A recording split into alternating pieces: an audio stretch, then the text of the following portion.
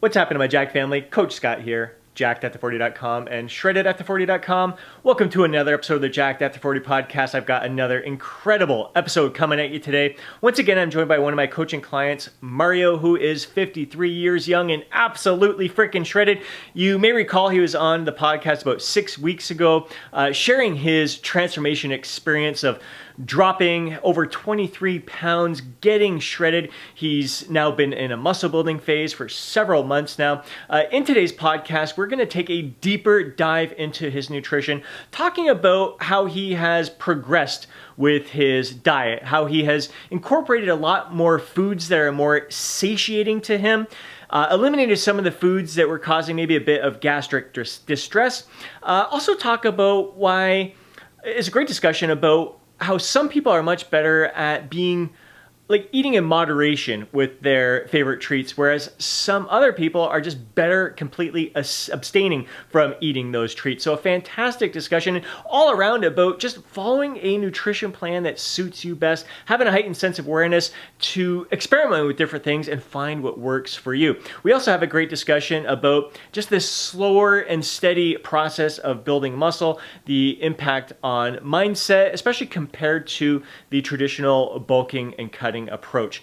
Hope you enjoyed this episode. If you do, please do us a favor and smash that thumbs up button. We'd really appreciate it. If you know fellow brohood benefit from listening to today's podcast, do them a favor and share it with them. But more than anything, we'd love to hear from you down in the comment section below. Let us know any golden nuggets that you have gained from listening to today's podcast and how you're going to apply it to your own transformation process. Let's get to the episode.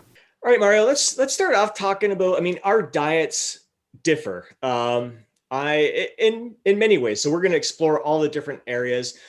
For me, like appetite, I have not much of a problem satisfying my appetite, especially with the types of foods that I'm consuming right now. But you seem to be someone who requires a lot of food volume to really satiate your appetite, to feel full throughout the day. And I know in part, we just touched on a little bit in our last podcast. You used to be only eat a couple meals a day. Like I think you ate 2 meals a day. I wonder if like in part you were just so used to eating fewer larger meals. Like maybe that's kind of carried over now to where you always kind of feel like you need to, like your appetite, if you're not full, you're not satisfied in a sense. So I'm curious to, I know what I read your food journal all the time, but, and we talk on a regular basis, but for the people listening to our podcast here, what have been some of the keys for you to keep your calories in check? Right now we're in a gentle surplus. We're slowly building here. So even at that level of calories, it's still tough for you to feel satisfied. What have been some of the changes that or modifications you made to your diet to satisfy your appetite as of late? Yeah, absolutely. And it has been a challenge because I did come out of this sort of intermittent fasting, paleo orientation where it's normal and natural to binge, and that's a human need that we all have. And there's a lot of people in that intermittent fasting community that subscribe to that idea. And I really felt that if I didn't fast for a really long time, up to, by my standards, by 2 or 3 in the day, and then I would start eating then, I couldn't manage my appetite. It was just, like this dragon that I needed to defeat. And if I just sort of saved all my calories to the end of the day, that's the only way that I could figure out how to manage it. And I would just get to the point where I really didn't even have an appetite in the morning because I was still being helped by the satiety of having gorged the night before. And that worked actually more or less for a number of years. And then I encountered you and really started changing things up quite a bit. I would fast a little bit in the mornings, much like you, but then I would get into a more or less normal eating pattern where I would eat a minimum of 3 times. And at first I was quite anxious. I didn't know how I would be able to manage, but the satiety was pretty good actually. And since that time I've started to optimize with higher and higher volume foods, which has been really important. And As I mentioned in one of the posts to the Jacked After 40 Club, um, if your stomach distends, and then there are mechanoreceptors that send satiety signals to your brain if you wait long enough, that type of thing. And so an important part of that is volume. So for me, my diet has been higher in carbs, honestly, and including non-starchy carbs, because I just I heard Aaron talking about fat not being too satiating for him. Same thing for me. I mean, if I were to deploy all of my calories that I have for fat toward fat, I just wouldn't really be able to feel satiated. I've tried it. I did it for 2 years. I was keto before keto was cool. It just didn't work for me in terms of that. Some would argue, okay, you try it a different way or whatever works for Right. some people. But for me, much higher carbs has been great also to enable the kind of muscular changes that we're looking for. Also, carbs have been really, really great. Much higher carb approach. Um, so that's just me. Yeah, and I can. Yeah. Let's dive in deeper to some of the foods that are working you, like food choices that suit you best, that are higher volume. And I also want to touch a bit on, um, because a lot of these higher volume foods tend to be vegetables. And I've had other conversations with clients as well in Jacked After 40 Club who have done, like I've done in the past year as well. Like we're trying to increase our veggie intake. We're trying to get more, again, satiety, like food volume, but we're also trying to get a lot more micronutrients, like make sure we're handling everything. But some of us are not handling some of the veggies as well as others, causing some gastric distress, some other issues. So kind of talk to both of those. What you've experimented with in terms of the types of foods that have satiated you better, and what ones you have found have not agreed with you all that well. Yeah, for sure. I mean, I did embark on this effort to just try to eat as much sort of roughage as possible, just to fill myself up to get over that feeling. Because I enjoy, salads and I enjoy vegetables. So it was no big sort of sacrifice for me to start, eating a ton of that. And I often do start meals with the monster salad just to kind of set the tone that, okay, now you can start eating some of these other foods with a bit just less worry about whether you're going to feel satisfied at the end of the process. And unfortunately, as you say, that is a thing for me. I have a lot of focus and emphasis on making sure that I feel satisfied, and I do go to bed hungry pretty much every night, a little bit hungry. I mean, not too hungry. It's just, I think, healthy not to have Mhm. eaten a ton of food just before bed, just like you've indicated as well. But the foods that I've been able to substitute for certain foods like crucifers, which we all know are great for us, broccoli and cauliflower and Brussels sprouts. I mean, I love those foods, but if I eat too much of those foods, I'm going to experience gastric distress for sure. So I have to kind of be mindful. Spinach also kind of gets me. Even garlic can sometimes, full heads of garlic cloves, that can have an impact on me. So I'm sure a lot of people experience this. So I've had to find other solutions for the same kind of high volume goals that I have for the kind of food that I ingest. And for me, it's high volume, it's low calorie, and it's nutrient dense. I mean, those are the big three that people go for, and I'm in that camp. So for me, I eat, for example, um, a lot of pumpkin. Mhm. Pumpkin has a higher water content than say sweet potato, but you still get that carby kind of feel. I'd say about 30% less carbs than sweet potato. So it's a really useful food for me. And I grill it in an air fryer. I, cut it up and I grill it and I just make a ton of it. And before you know it, I've downed 300, 500 grams of that. And it's amazing. Mushrooms. Mushrooms, huge game changer for me. Love mushrooms, and I throw those in the air fryer or I eat them raw, and very low calorie, very, very filling. Salsa, that's a huge go-to for me. The really tiny amount of calories involved with nice serving of salsa. I can put it on just about anything, and Yep. that is something that I love to do.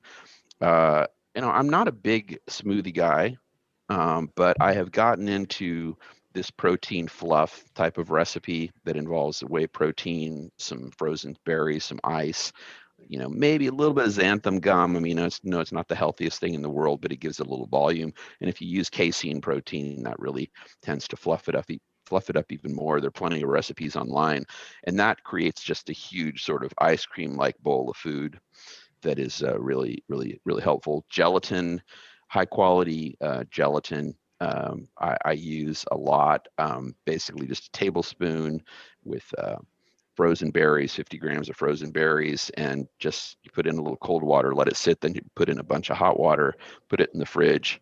A couple hours later, you have a very filling bowl of something. It's a way of getting that collagen in without going overboard, because we've discussed collagen is not necessarily the big savior that people might think. But it's nice to get a bit of it in that way. It's similar Absolutely. to Yeah. call it similar. Tomatoes, raw tomatoes, big game changer for me too. I can just eat a ton of raw tomatoes, and it's delicious and very filling as well. Those are a few examples of things. I love it. And it's been great kind of seeing you experiment with different meals, different recipes, trying to combine these things together to make them both tasty, satisfying, and it's an experiment in itself. Some of it works out, some of Yeah. it you gotta continue to tweak, but that keeps it fun. That's all a part of the process. Mm.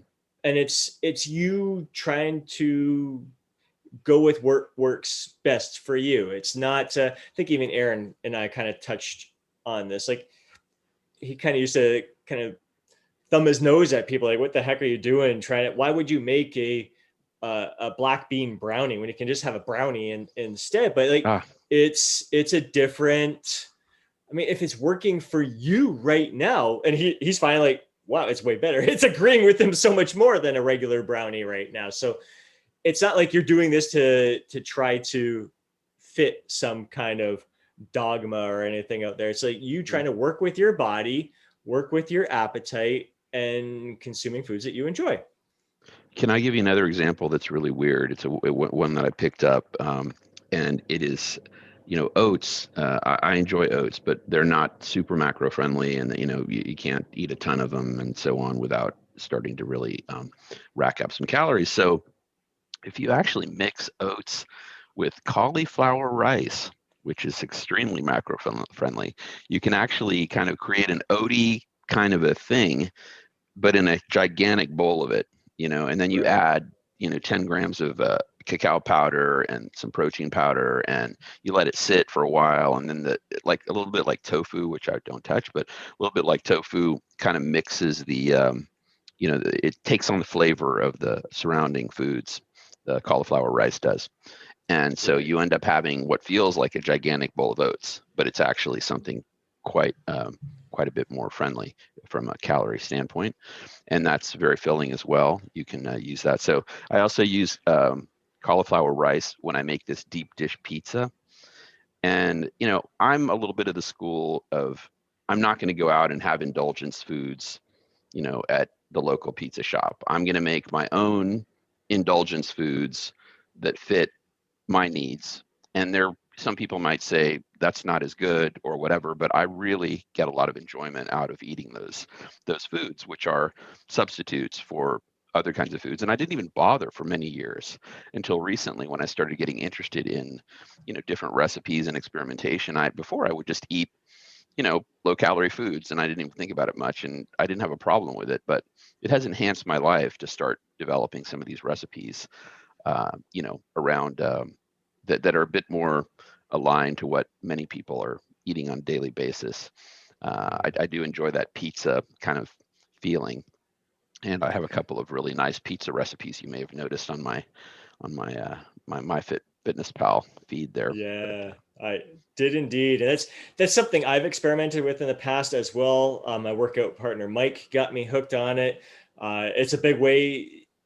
He lost a bunch of weight. He lost 30 pounds when we went through a 12-week cutting phase together, and cauliflower crust was a savior for him. yeah, I found it a bit of work. I haven't tried it with the cauliflower rice. I would just take a head of cauliflower and blend it up. And then I have to squeeze all of the water out of it. And I just found it like, all right, for the effort I was putting into it, it was a little bit too much, but I haven't tried the cauliflower rice. So I got to tell you, I fully agree, but I have the luxury of being able to order it ready made, and I there may love be it.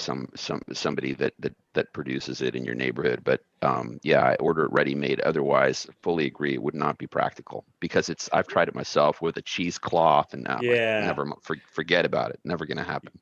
It was a lot of effort, but tasted fantastic, and yeah, saves you a bunch of calories and great way to get your veggies in at the same time. Hmm. That is freaking awesome. And then with the oats as well, I mean, it's the nice texture in there. It's nice to have foods with different texture in it. I know Aaron really got me hooked on adding pumpkin to my oats Yeah, as well, yeah, along with the cacao powder. And I'm like, just the flavors and textures, like, man, it's stuff I never would have thought about before. So it is fun to expand your palate and try different things, especially as a way of get more micronutrients in there and more food volume at the same time, if that's an issue for you to satisfy right. your appetite, especially. Yeah.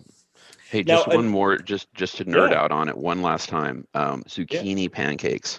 That's been a huge one too. About 500 grams of shredded zucchini, and very little, for me, gluten-free flour. Very little of that is necessary to make it work as a credible pancake.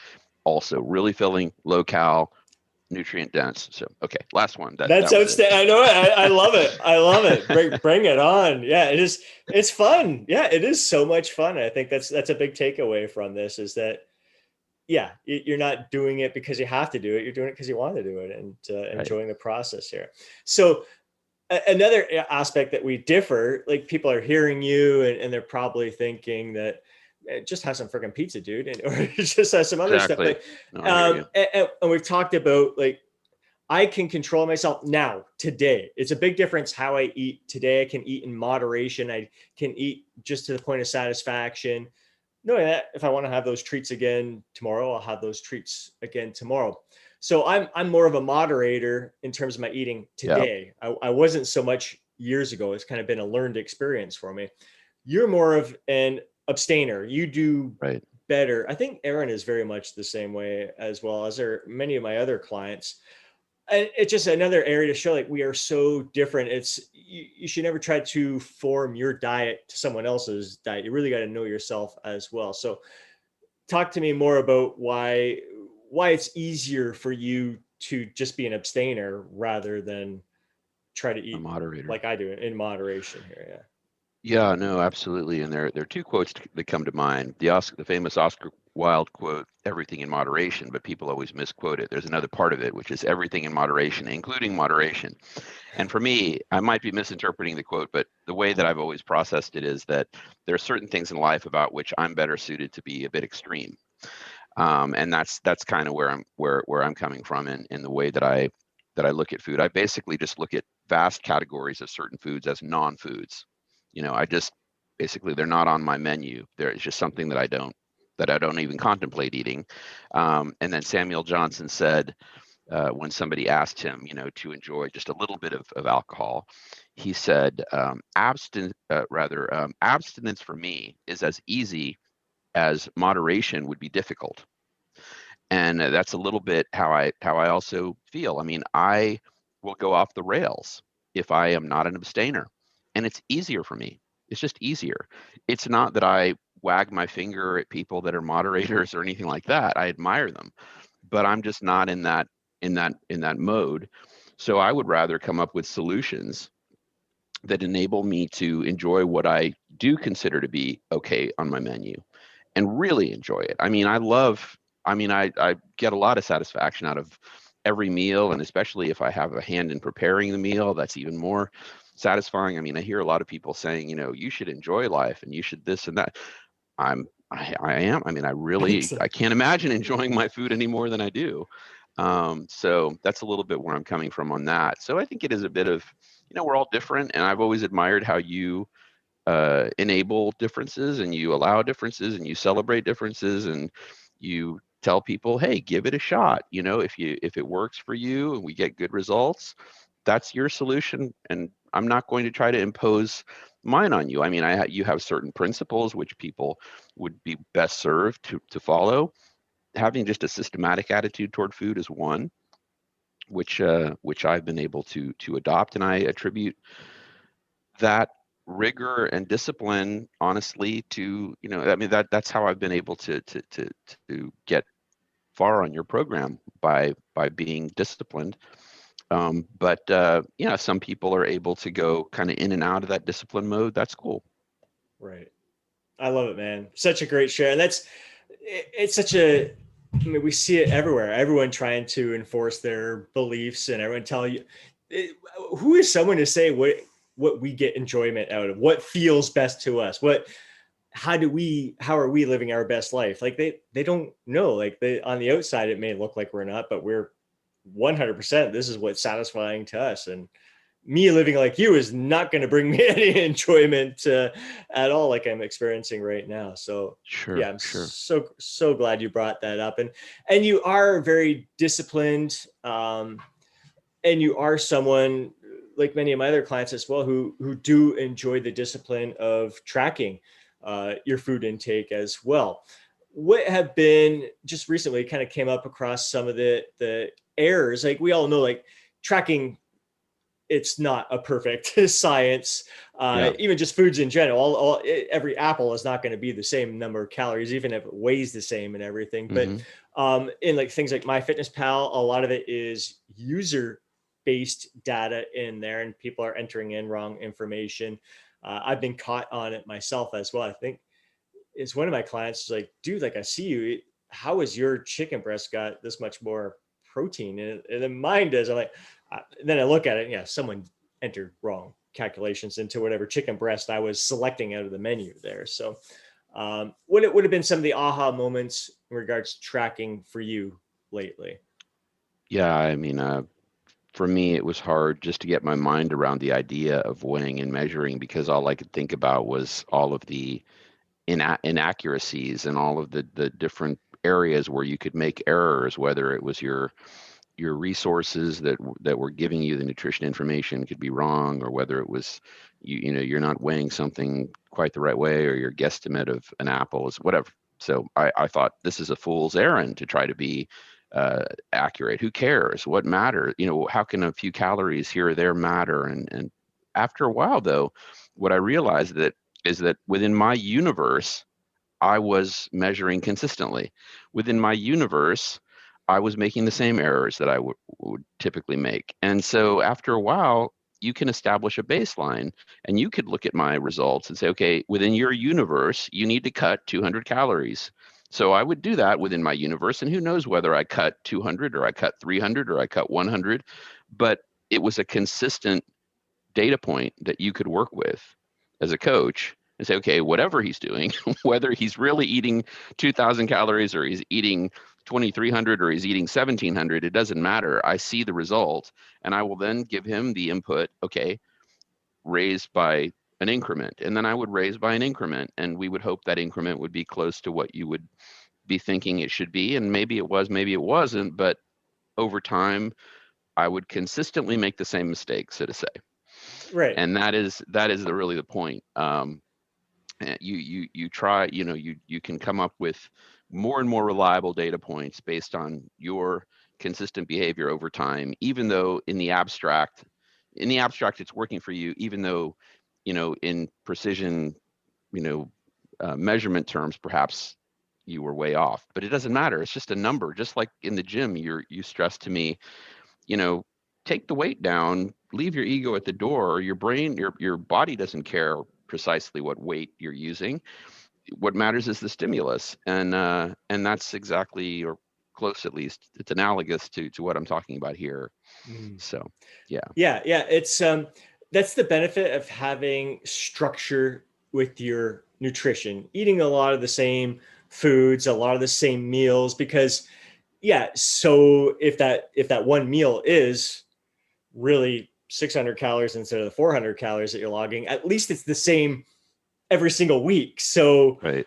Right. you reduce that meal portion size a little bit, and yeah, at least it's the same thing each time. So yeah, it may be an Hmm. error, but it's the same error each and every time. That's tallying Right. up, and yeah, I think that was a very valuable insight, a very valuable lesson when it comes to tracking. It may be imperfect, but like you said, in your own world, if you're consuming the same things all the time, it doesn't matter if it's imperfect, because you can just cut back your own portion sizes of those same meals Hmm. and achieve the same result. That's freaking awesome, dude.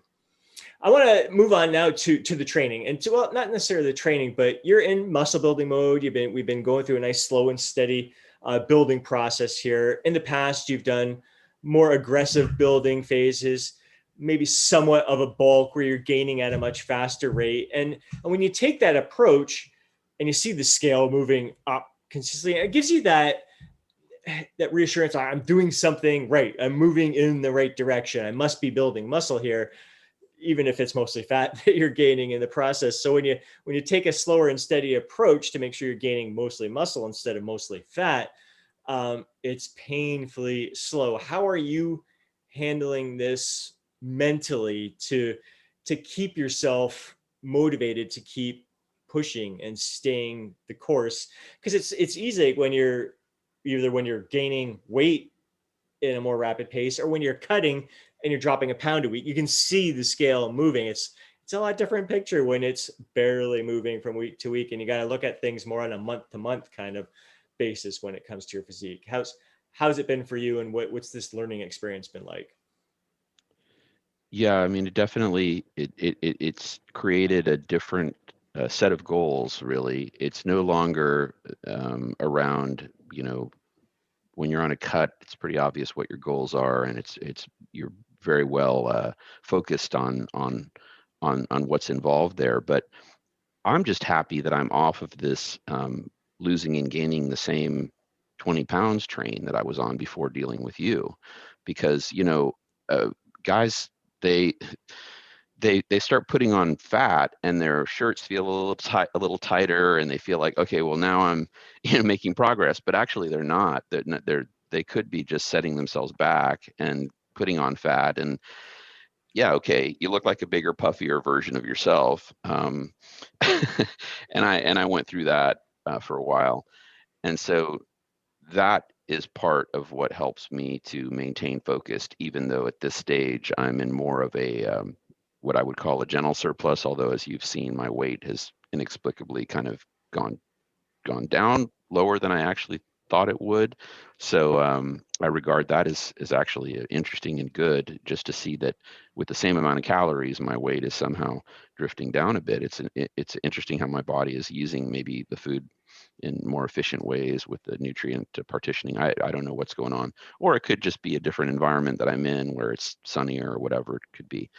But in any case, it has been a little. I have experienced a little bit of difficulty having that furnace of motivation on some days. I mean, it's every day is not,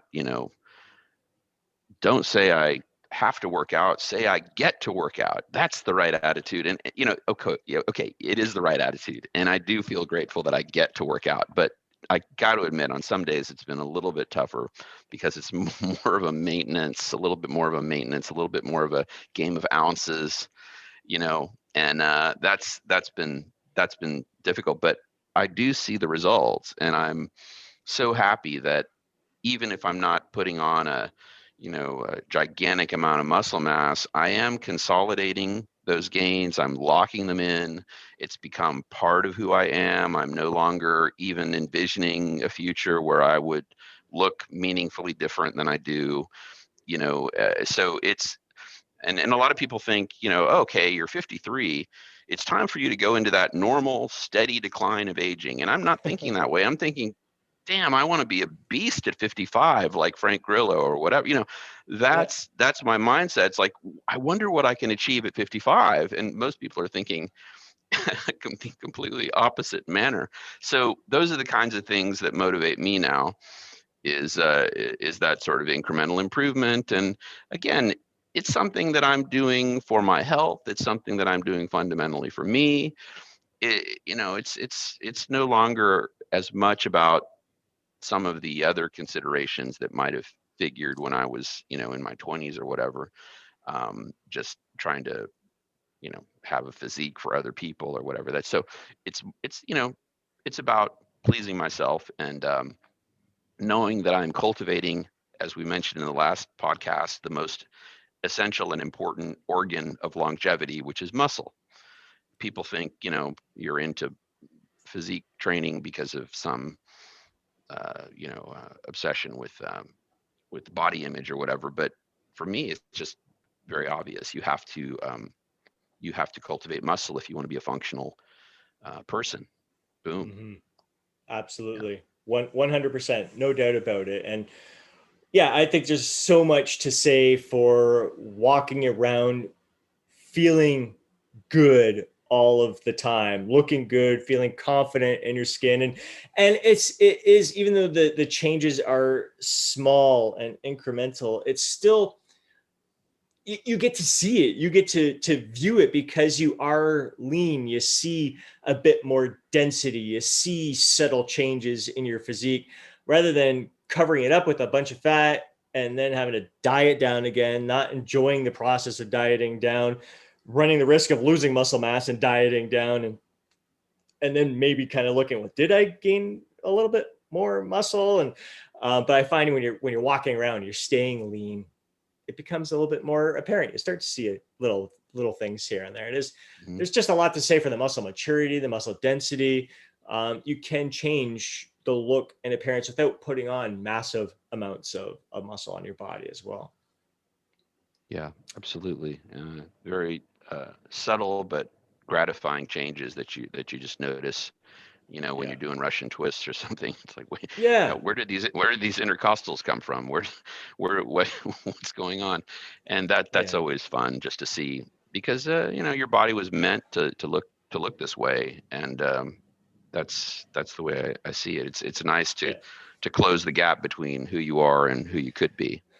Yeah. And I personally believe that, especially at this stage in the game, continuing to gain 20 pounds of excess fat for the sake of gaining a pound of muscle, or maybe 2 pounds of muscle, just puts unnecessary strain on your body as well. Just the up and down, it just is Hmm. unnecessary strain when you can just stay a lot closer to your happy place there, Right. and only have to spend very little time dieting throughout the year as you're building your body up. So it's been really great to see you embracing this process, see how happy you are with this new approach for yourself. And dude, it's just been a blast learning more from you. And I know we can, again, we got so much more we can talk about and dive into, but I really appreciate diving into these little aspects of your Yeah. lifestyle, what you've been learning recently, sharing your experiences, and more for the listener of this podcast here to really realize that the importance of awareness is key. Really focusing on yourself rather than paying attention to a lot of the noise that's out there, but what may be best for you to lose weight or build muscle, what's the best diet and all that stuff. Like, really start paying attention to how your body is responding to foods, meal timing, meal frequency, and all those things. Don't be afraid to experiment, but experiment with awareness, not with a bias or some sort of dogmatic view, cult like Hmm. viewpoint there. Just listen to yourself. I think that's the key thing that all my successful clients are really applying to set the stage for long-term success, long-term learning and growing, which is it's a never-ending journey. We're just always trying to improve ourselves in some way, shape, or form. It's about living your life to the fullest. That's what it's all about. Absolutely. No, I couldn't have said it Right. better. And yeah, Right on, my happy to man. be a I part of it. appreciate it. Thanks. Thanks a Thank you lot. so much, Mario. I really enjoy. I'm so grateful that you took the time again to dive deeper into this. For Thanks. those listening to the podcast, if you did enjoy this, I'd love to hear the golden nuggets that you take away from here. So please do us a favor, drop a comment down below and smash that thumbs up button if you enjoyed it. And if you know a fellow bro who would benefit from listening to this information, please do him a favor and share it with them. Before you go, don't forget to download your free guide, Jacked After 40. Have yourself an amazing day. We'll catch you in the next podcast.